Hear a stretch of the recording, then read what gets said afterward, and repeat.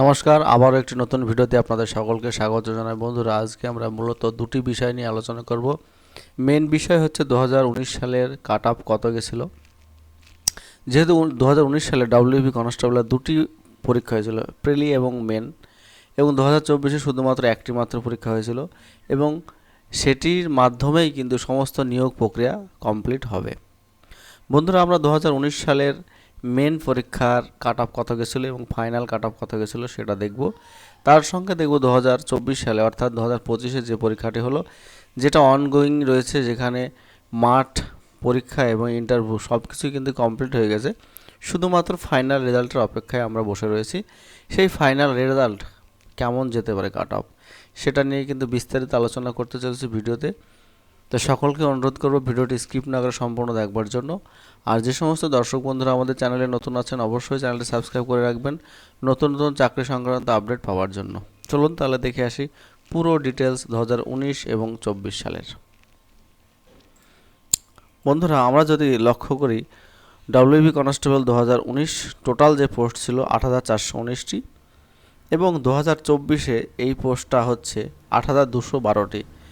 এখানে শুধুমাত্র মেল ক্যান্ডিডেটদের কথা আমরা কিন্তু আলোচনা করব। আগে বলে রাখছি, 2019 সালে শুধুমাত্র মেল ক্যান্ডিডেটদের জন্য ভ্যাকান্সি ছিল 8,419টি এবং সেটি 2024 সালে শুধুমাত্র মেল ক্যান্ডিডেটদের জন্য ভ্যাকান্সি রয়েছে 8,212টি এবং আদার্সে ভ্যাকান্সি রয়েছে 12,000-এর মধ্যে, সেটা রয়েছে ফিমেল ক্যান্ডিডেটদের জন্য। বোঝা গেল তাহলে। নেক্সট আমরা যদি দেখি, 2019 সালে ইউআরদের জন্য ভ্যাকান্সি ছিল 2982টি, যেটি কমে 2024 সালে ইউআরদের ভ্যাকান্সি এসছে 840টি। এসসিদের ভ্যাকান্সি ছিল 2019-এ 1149টি, 2024-এ সেটাই হয়েছে 672টি। এসটিদের যদি আমরা ভ্যাকান্সি দেখি, 2019-এ 345টি, 2024 হচ্ছে 168টি। ওবিসি এ ক্যাটাগরি স্টুডেন্টদের যদি আমরা ভ্যাকান্সি দেখি 2019-এ, তাহলে ছিল 622টি, 2024-এ এসে দাঁড়িয়েছে 252টি। নেক্সট হচ্ছে ওবিসি বি ক্যান্ডিডেট যারা, তাদের ভ্যাকান্সি রয়েছিল 2019-এ 261টি, 2024-এ সেটা হচ্ছে 252টি। মোটামুটি আপনারা দেখতে পারলেন 2024 এবং 2019-এর কতটা ফারাক রয়েছে ভ্যাকান্সির। তাহলে ভ্যাকান্সিগুলো গেল কোথায়? মোটামুটি যে আমরা যদি দেখি, যদি আমরা টোটাল ভ্যাকান্সির দিকে নজর দিই, তাহলে কিন্তু খুব বেশি ডিফারেন্স ভ্যাকান্সির ভিতরে নয়। 210টা কিন্তু ভ্যাকান্সি ডিফারেন্স রয়েছে 2019 এবং 24-এ। কিন্তু ভ্যাকান্সি যদি ফারাকটা আপনাদের দেখায়, তাহলে কোথায় 2982টি, কোথায় হচ্ছে 840টি, প্রায় 3 গুণ ভ্যাকান্সি বেশি ছিল 2019 সালে।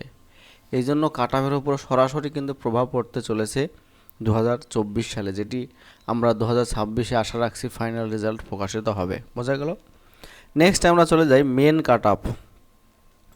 আপনারা নিশ্চয়ই জানেন যে মেন যে পরীক্ষা হয় সেটা হয়েছে 85 নম্বরে 2019 সালে।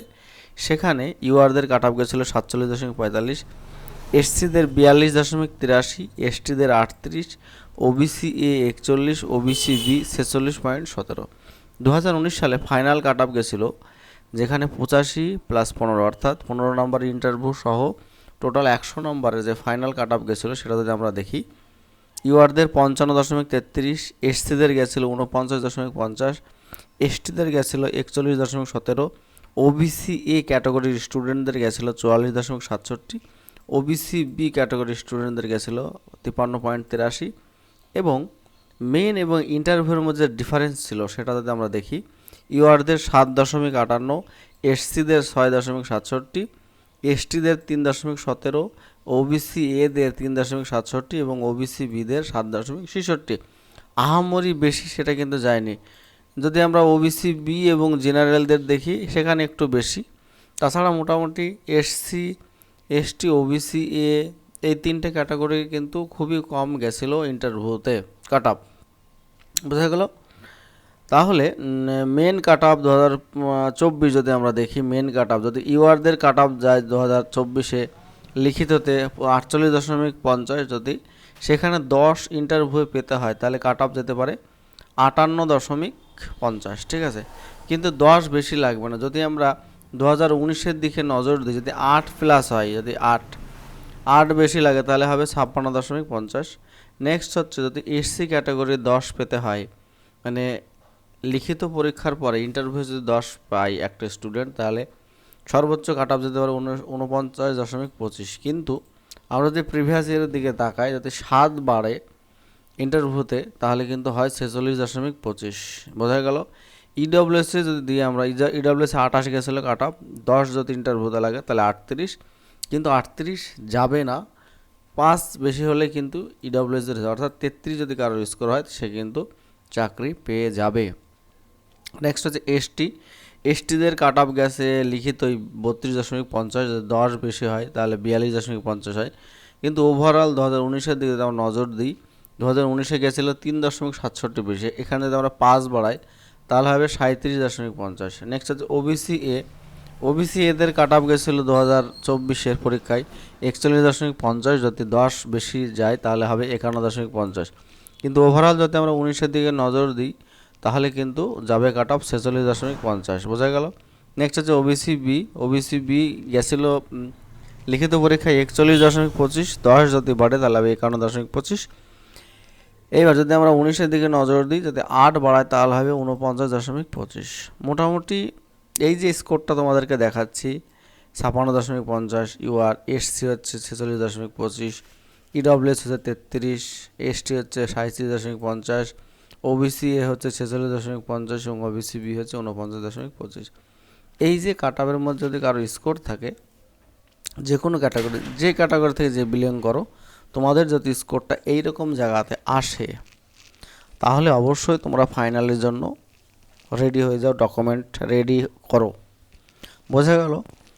ডকুমেন্টে অনেকের সমস্যা থাকে, কারো বাবার নাম নিজের ডকুমেন্টে এক রয়েছে, বাবার ডকুমেন্ট আর এক রয়েছে, মায়ের নামে সমস্যা রয়েছে, অ্যাড্রেসে সমস্যা থাকে, দেখা গেলো মাধ্যমিকের ডকুমেন্টসে এক নাম রয়েছে, ভোটার ছবি আধার কার্ডে এক রয়েছে। এই বিষয়গুলো কিন্তু এখন থেকে তোমাদের সমাধান করে নিতে হবে যাদের এই স্কোরের মধ্যে নাম্বার আছে।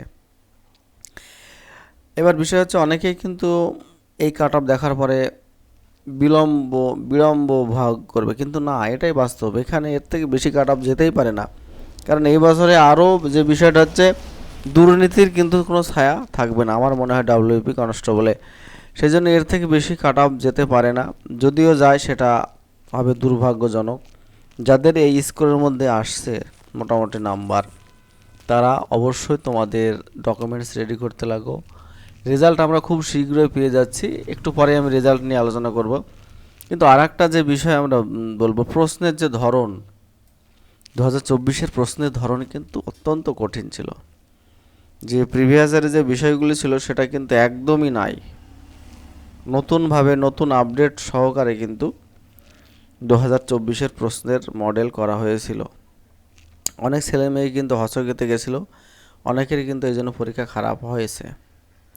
আশা রাখবো সামনের যে পরীক্ষাগুলো আসছে, আপকামিং যে ভ্যাকান্সিগুলো আসছে, সেই ভুলগুলো যে স্টুডেন্টগুলো 2024-এর পরীক্ষায় করেছো সেইগুলো কিন্তু যেন না করা হয়।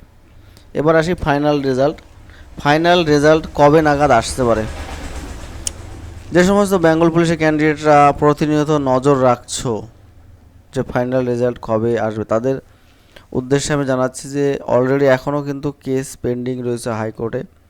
কেসগুলো কিন্তু অতি ভারী কেস নয়, অর্থাৎ হাইকোর্টে উঠলেই কিন্তু কেসগুলো ভ্যানিশ হয়ে যাবে।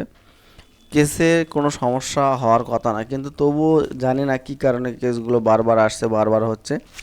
তবে একটা জিনিস পরিষ্কার যে খুব তাড়াতাড়ি কিন্তু তোমাদের রেজাল্ট প্রকাশিত হয়ে যাবে। এই কেস টেস্ট খুব বেশি সময় কিন্তু আর থাকবে না, খুব তাড়াতাড়ি কিন্তু কেস টেস্টগুলো মিটে যাবে, এবং কেস টেস্টগুলো মিটে গেলে তোমাদের নিয়োগ কিন্তু সম্পূর্ণ হয়ে যাবে, এবং সেটা দুর্গাপুজোর আগে তোমরা কিন্তু নিয়োগপত্র পেয়ে যাবে। এবং সেজন্য তোমাদেরকে বলবো যে ডকুমেন্টপত্র রেডি রাখতে।